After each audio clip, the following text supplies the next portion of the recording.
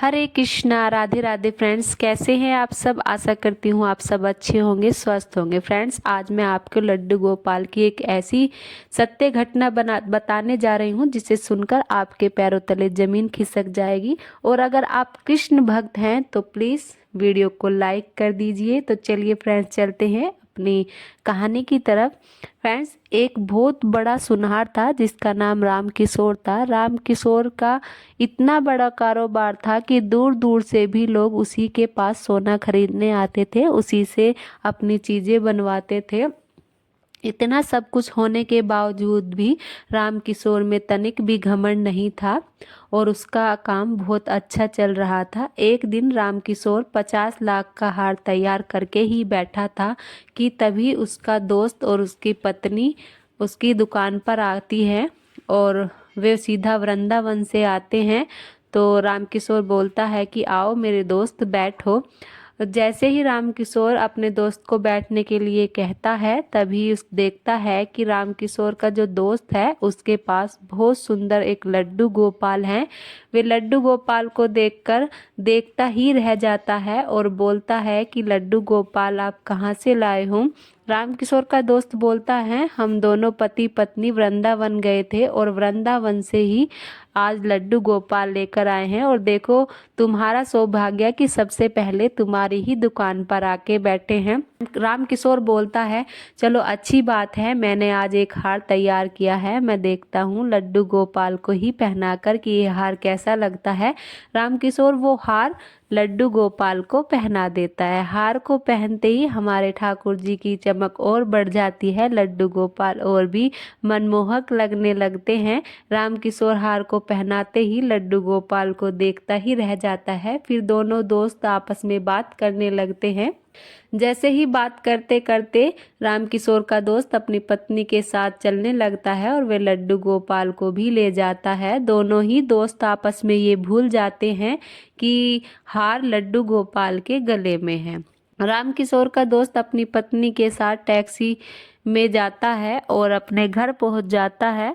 घर पहुंचते ही जैसे ही वो टैक्सी से उतरता है तो लड्डू गोपाल को टैक्सी में ही भूल जाता है। अपना और सामान उतार लेता है लेकिन लड्डू गोपाल को उतारना भूल जाता है।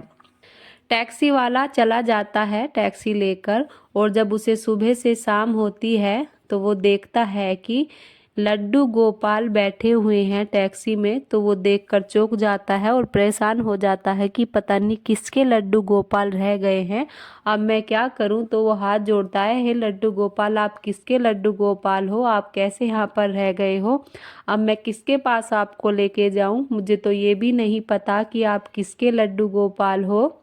वो सोचता है कि अब मैं क्या करूं, अब मुझे तो ये पता भी नहीं है कि किसके लड्डू गोपाल हैं। तो चलो इन लड्डू गोपाल को मैं अपने घर ले जाता हूं। वो दूसरे शहर से आकर अपने परिवार का पालन पोषण करता था, वो बहुत गरीब था। वो लड्डू गोपाल को ले जाकर अपनी पत्नी से बोलता है कि देखो अनीता, आज हमारे घर लड्डू गोपाल आए हैं, कोई इन्हें हमारी टैक्सी में भूल गया है। अनीता लड्डू गोपाल को देखते ही बहुत जोर जोर से रोने लगती है। सोनू बोलता है कि क्या हुआ, तुम लड्डू गोपाल को देखकर क्यों रो रही है। अनीता बोलती है आज तो हमारे घर में चमत्कार हो गया कि खुद स्वयं चलकर हमारे घर ठाकुर जी आए, हमारे घर लड्डू गोपाल आए हैं। उन दोनों की शादी को 10 साल हो गए थे और उनके कोई भी संतान नहीं थी। तो अनीता के मन में भाव एक माँ का आया और वो लड्डू गोपाल को पुत्र के रूप में देखने लगी और वो सोनू के हाथ से लड्डू गोपाल लेकर बोली कि लड्डू तुझे भूख लगी होगी, तू बहुत दूर से चल के आया है, मैं तुझे खाना खिलाती हूँ। वो खाना बनाकर लड्डू गोपाल को भोग लगाती है, उसको दूध पिलाती है और अनीता का खुशी का ठिकाना नहीं रहा। हैरान करने वाली बात तो ये है कि अनीता की छाती से दूध उतरने लगता है। ये देखकर सोनू और अनीता सोचने लगते हैं कि जरूर ये लड्डू गोपाल का ही चमत्कार है जो हम दोनों के अंदर माता पिता का भाव लेकर आया और हमारा पुत्र के रूप में हमारे पास हमारे लड्डू गोपाल आए। तो वे दोनों दिन रात लड्डू गोपाल की सेवा करने लगे। उनका काम लड्डू गोपाल के आने से अच्छा चलने लगा और लड्डू गोपाल की कृपा से उनको एक बेटी भी हुई जो बहुत ही सुंदर थी।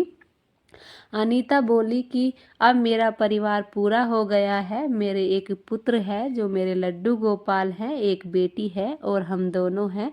अब हमारा परिवार पूरा हो चुका है।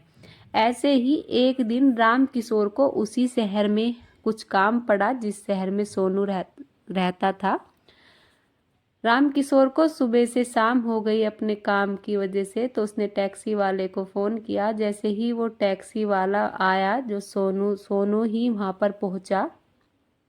सोनू की टैक्सी में जैसे ही राम किशोर बैठा तो बहुत तगड़े आंधी और तूफान आने लगी और बारिश पड़ने लगी और अंधेरा भी हो गया। सोनू बोला कि साहब मैं आपको सुबह छोड़ आऊँगा, अब मौसम ख़राब है, आप आज हमारे यहाँ पर रुक जाइए, मैं आपको सुबह छोड़ दूँगा।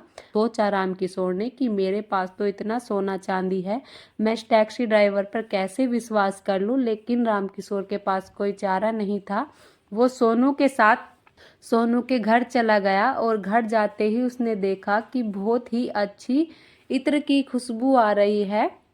और सोनू बोला अपनी पत्नी अनीता से कि देखो आज हमारे घर मेहमान आए हैं, तो तुम खाना बना दो।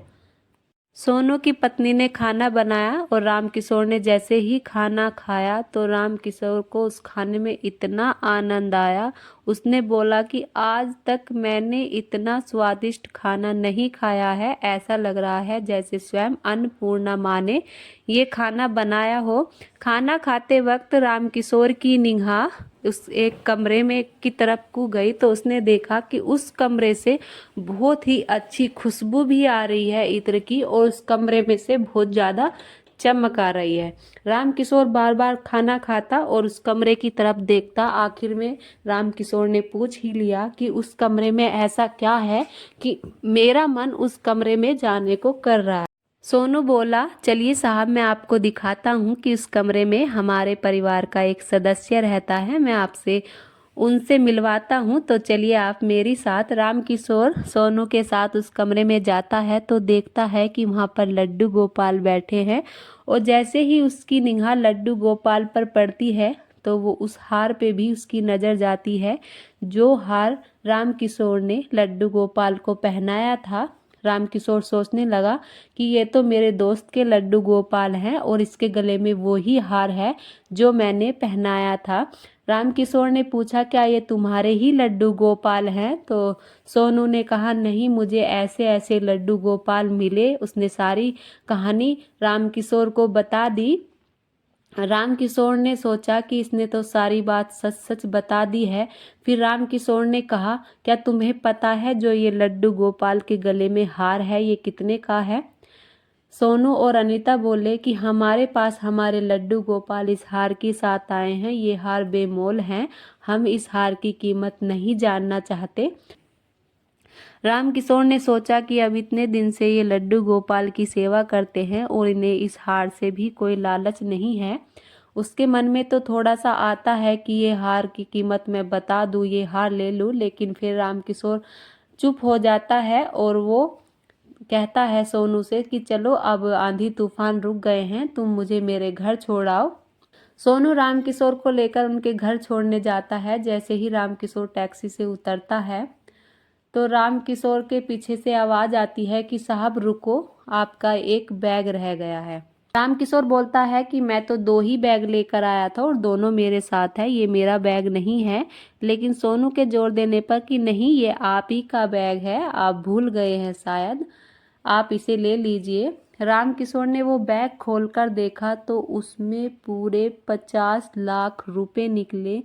जिस हार की कीमत को राम किशोर सोनू को बताने वाला था उस हार की कीमत लड्डू गोपाल ने, हमारे ठाकुर जी ने राम किशोर को दे दी। राम किशोर समझ गया कि ये जरूर ठाकुर का ही कोई चमत्कार है।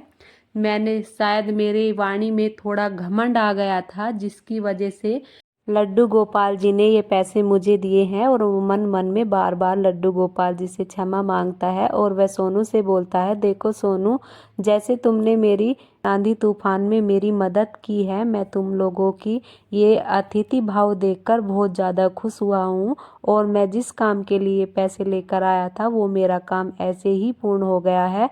अब तुम ये पैसे रख लो, मुझे इन पैसों की कोई ज़रूरत नहीं है। लेकिन सोनू मना कर देता है, पर रामकिशोर के बार बार कहने पर सोनू वे पैसे रख लेता है। और रामकिशोर भी वृंदावन जाकर लड्डू गोपाल जी लाते हैं और उनकी दिन रात सेवा करते हैं। तो फ्रेंड्स, आपने देखा कि लड्डू गोपाल जी को हम स्वयं नहीं लाते हैं, वे खुद चलकर हमारे घर आते हैं और जिनके घर पर उन्हें जाना होता है उन्हीं के घर पर वे आते हैं। तो आपको ये कहानी कैसी लगी प्लीज़ कमेंट में ज़रूर बताना। राधे राधे।